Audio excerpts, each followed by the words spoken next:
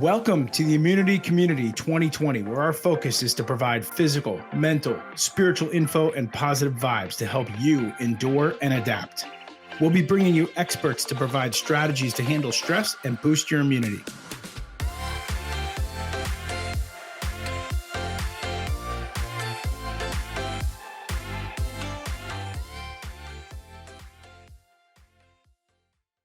Welcome to the Immunity Community 2020. I'm really excited to bring a friend of mine from across the country. We've known each other not too long, and this is Nathan Kohlerman with NeuIntention. And I'm going to give you some props first, brother. So Nathan is a gifted human, and we're going to get into some cool stuff here today.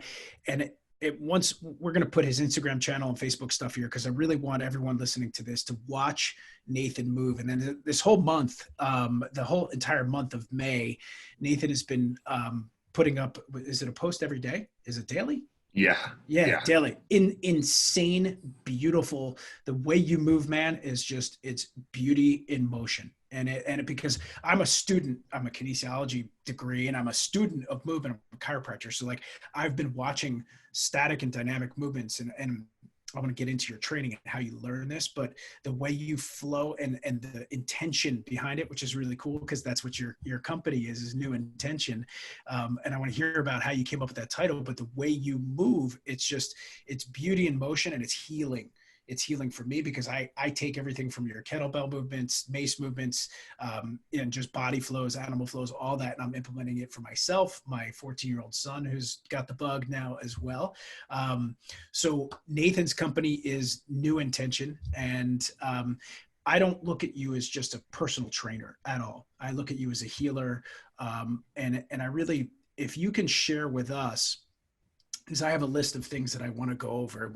I know these are kind of short form interviews, but Nathan, is like, your story is awesome, because movement was medicine for you as a kid, and then it got you into trouble. Then it led to addiction, and then it led to military, then it led to more injury, and then healing. That's like the very short version. But can you start with, you tell me a little bit, or tell our audience about like how movement has been medicine for you?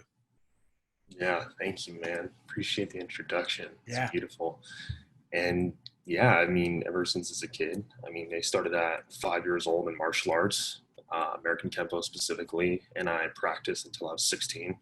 So I got my black belt in American Kempo when I was 16, and that's kind of when I pitfalled into drugs. And before that, I dabbled in baseball, a little bit in Little League, but never really admired the non-contact sport. So in high school, I went into football, I went into wrestling, and those were two things that, I was very, very good at, partly because I was just a physical, angry kid, and growing up in a household of like abuse and chaos and all these other things.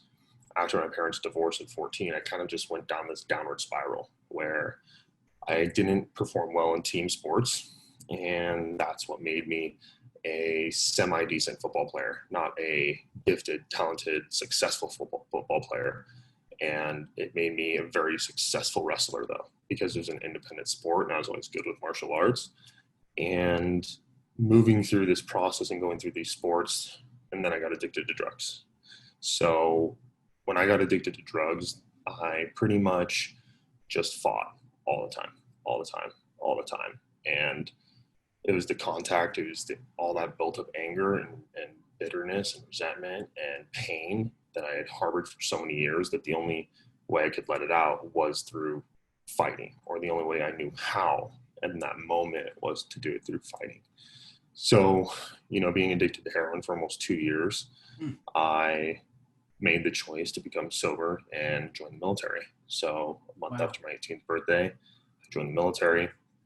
Left for basic training about a month and a half after my 18th birthday, and I started like exercising again, and my body clearly wasn't in the condition to be exercising to that caliber, and I realized really quickly that I had to make some more physical changes. So fast forward to my first duty station in Korea, and then I ended up getting in a fight on my 19th birthday, in which I got demoted for in the military and learned my lesson.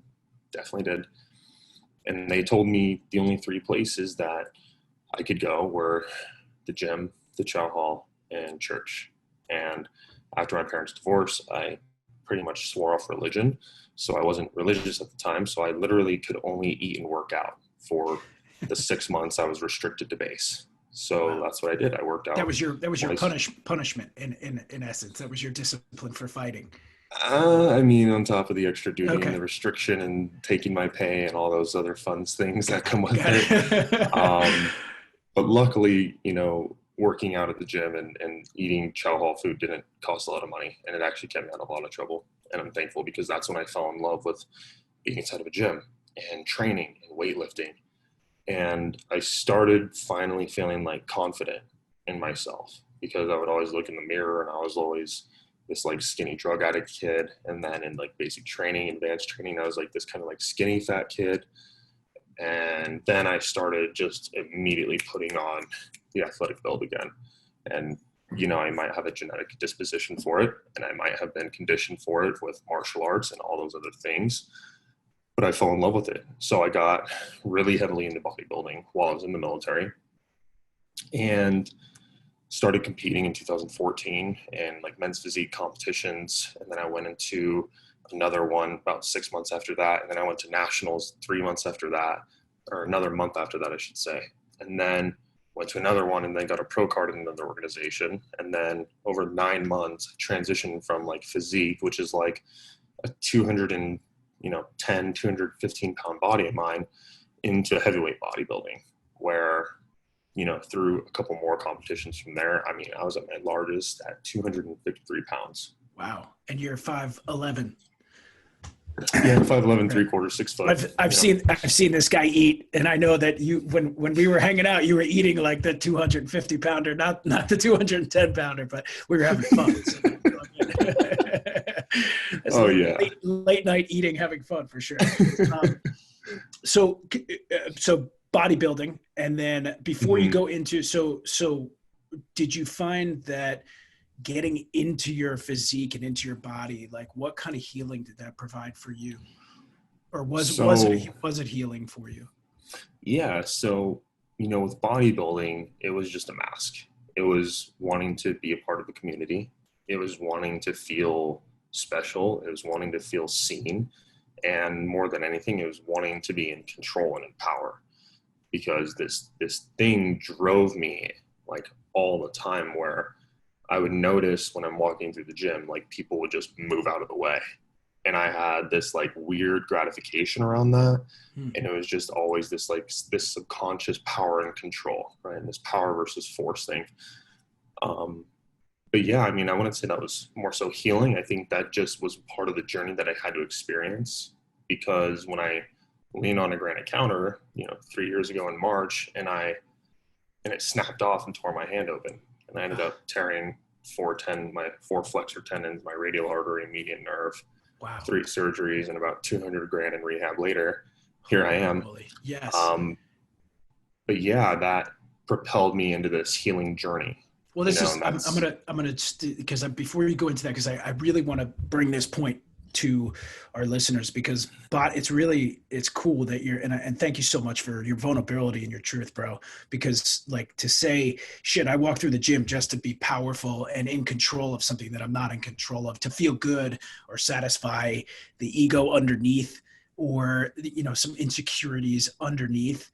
And it's interesting, these things that happen to us, because if you didn't injure your wrist, like, do you think you would have gone the direction that you're in now? Because if everyone, when you look at Nathan, like online, you're like amazing physique, but I'm intrigued by the way you move and the intention behind your movements and what the focus is for healing. Not totally different than bodybuilding. Bodybuilding is all external. What does this muscle look like? Is it bigger than this one? Is it more striated than this one? Is it more creepily tan than this part? But this guy next to me. So I'm joking, because the tan is crazy, dude. When you have the pictures of yourself compared to now, like normal skin versus orange skin, it's creepy. But I'm just making fun of you.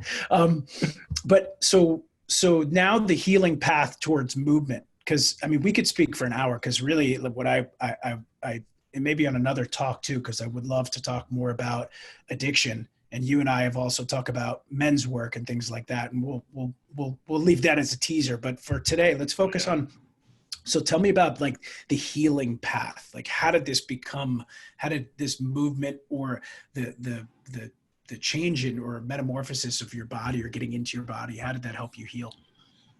Yeah, man. And it's funny because I went through this like very mental and emotional aspect of the healing process. And, one thing I left out is, the week before my accident, like my daughter asked me to sit on the ground and play with her. And like, I couldn't even sit on the ground because my back as a bodybuilder. Right.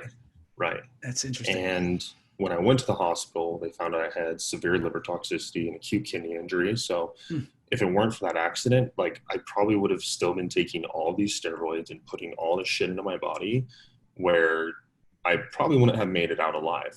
I probably would have wound up like one of these 28, 29, 30-year-old bodybuilders who are waking up dead, because their hearts are just failing. And that could have been me.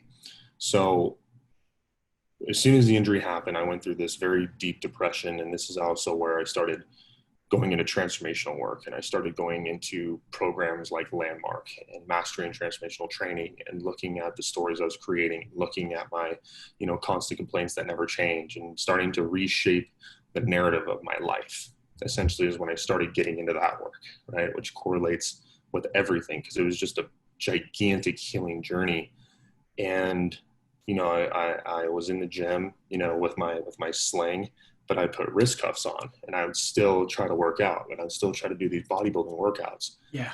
And then that just created more pain and I just didn't want to do it. Right. So I went through my hand therapy and I went through the rehab process, which was very frustrating just because I ended up getting a tenolysis, which is the scar removal surgery. And it was very challenging during that moment because when I got that third surgery and when I went through the rehab process, there was miscommunication where they were supposed to do active range of motion versus passive range of motion. They were still doing passive range. So I didn't ever really have that. So I still can't make a full fist and I still can't feel these two fingers, which is frustrating at times for sure. But it brought this level of awareness to where I wanted to fix myself. Like I got so frustrated with the process, I wanted to fix myself. And that was like the why, you know what I mean?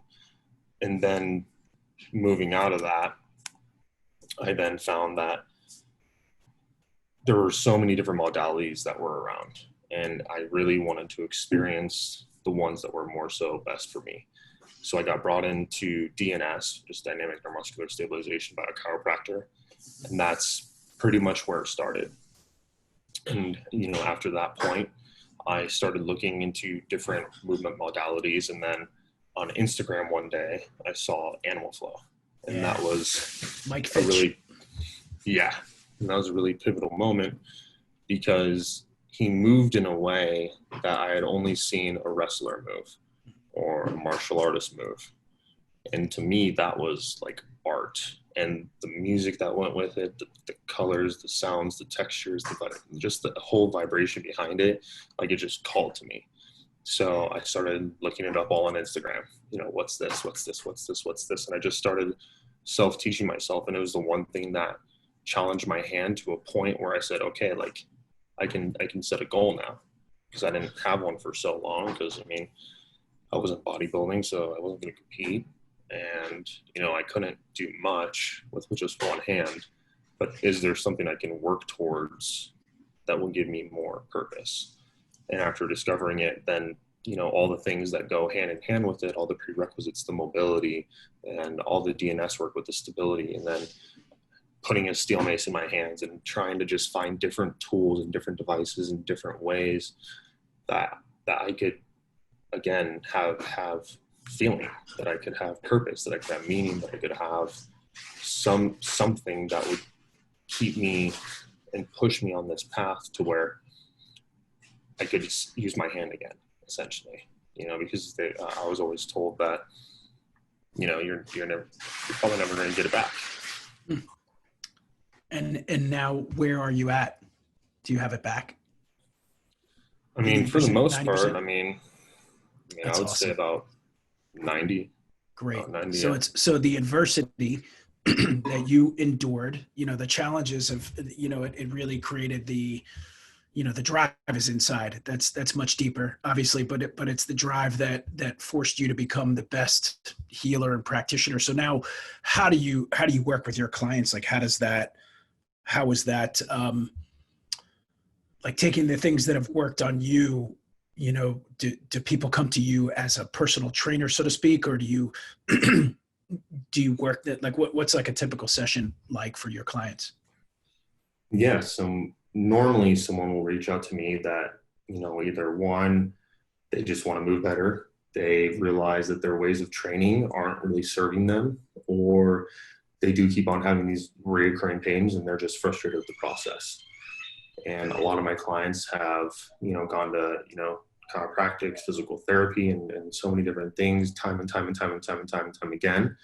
And whether it be on the practitioner side or on the patient side, there is a level of frustration in the process, and essentially it didn't work for them. So they come into me and I'll assess movement patterns, and I've kind of taken different tests from different, certifications and whatnot that I've gone through. And I've been taught by some really amazing physicians and doctors, chiropractors, physical therapists on how to really understand movement.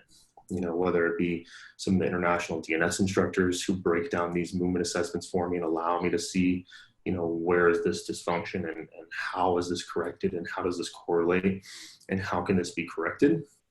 Or whether it be, physical therapists showing me, something that they learned in movement links or something that a personal trainer might have access to. So I've been very fortunate to have a lot of friends and a lot of mentors who saw potential in me and saw what I was doing and wanted to show me more in order for me to best serve my clients a little bit better. Awesome. So, it always starts with the movement assessment. Always, always, always. And very cool. I mean, from a training perspective, like I was never really assessed, and assessment was never really talked about. And the only time I ever saw it was through when I got my personal training certification, but it was simply like, okay, can you identify patterns in a squat? And that didn't really make sense to me. And I knew that I was like, there's so much more to it. So I dove down the rabbit hole. And now using, systems like DNS and using systems like functional range conditioning and king stretch, and animal flow and different, corrective exercises and whatnot background. A lot of people that come and see me are people who do want to take their training to the next level, or people who do want to go from rehabilitation into fitness, but they're stuck in that fear zone, or they're stuck in that frustration zone, which is prohibiting them from moving forward and doing anything they want to in their life. So, the one principle that I always abide by is I won't tell you what not to do. I'm going to tell you what to do so you can do whatever you want to do. Right. And that is the objective. It's not saying you need to train this way and do this modality and, screw your weights, only do animal flow. It's saying, no, animal flow is going to let you lift heavier weights without the fear or the risk of injuring yourself further. Awesome. That's great. And it's cool because in our audience, Nathan, is, I would say we have a wide range, but this is a really cool introduction to a different level of training, which is really what I wanted to give an intro to. I want to dive deeper, but for time's sake, I think we got to do another call because this is a young man who has done a lot of self-work. And I can say, like, cause I'm 45 and you're 27. So there's an age gap disparity, and we've shared some of our similar traumas and ways that we're working on ourselves. So Nathan and I talk about our relationship stuff. And I think I would love to do a talk with you, and let's just talk about relationships and the ways that we are for ourselves as men in the world, and how we can serve the women in our lives, and being a father. But we'll stay on the body stuff for this talk today. I read this quote literally right before on Instagram before I picked you up on Zoom. And this is Mastin Kipp, Claim Your Power. Do you know his work? Awesome work. Oh, yeah. He takes some really, really cool trauma bonding psychological work and turns it into very palpable, very like digestible tidbits, and he's awesome. He said, mental health is body health. Body health is emotional health. So can you leave us with some insight? You want to read that to you again? Oh yeah. Because I'm hitting you early. It's 8 o'clock in the morning there. So mental health is body health. Body health is emotional health. Right. So the first thing I think of in that is essentially, the first part being mental health is body health. And if I were to flip the script on that, that body health is mental health. So it's like we look at these two comparisons, but it's not so much a comparison, but they feed into one another, right? Because we do have to have neurological control over our body, and we have to understand that our mental health and our stress and that everything we take in from our external world is going to affect our internal world. And if we do not take care of and nourish and feed and allow our body to recover, it affects our mental health, it affects our cognitive abilities, it affects every way we think, every way we may approach a new situation. So that's how I see that part. And with the body health is the emotional health, this is where I live. And this is where your body and your movement can be a form of self-expression. It can be a way for you to understand how you're feeling in that moment, to identify where you're uncomfortable in your moment, whether it be in your relationship, whether it be in your job, whether it be in your business, in your life. And if we can use our body to understand how it really feels to be free and how it really feels to express ourselves in our most vulnerable and our most authentic state, then how you do anything is how you do everything. So if you can use movement as the medicine, if you can use expression as the gateway into how to understand how we can feel and why we feel that way, and being able to take all of these emotional feelings that are these visceral sensations, the tightening in the chest and the pit in the stomach and the closing of the throat and the sweating, if we can take all these little symptoms of emotional distress, and if we can move all of that stuff inside using our movement, using our body, we should have a level of understanding to know where exactly that might come from. So now, instead of being in this fight or flight mode, we're being very intentional with the way we're redirecting that stress and transmuting that energy in a different way. Dude, drop the mic. Just drop it. just drop it. That was awesome. Thank you. I'm not even gonna have you leave people with tips, because that was beautiful, man. I was mesmerized, and I'm hoping that all you people listening, to comment below. Definitely, that is I don't think it's deep stuff. This is real stuff. And this is really how there's a full integration of mind, body, and spirit, God, whatever you want to call it. But you are the real deal, brother. Thank you. Thank you, I'm excited to keep sharing you with our tribe here and collaborating and seeing those movements. So we'll put all the socials down so that people can find you and learn from you. And I'm excited to watch you continue to grow and grow with you, man. So thank you. Dude, thank you so much. I appreciate you having me on, man. Got it. All right.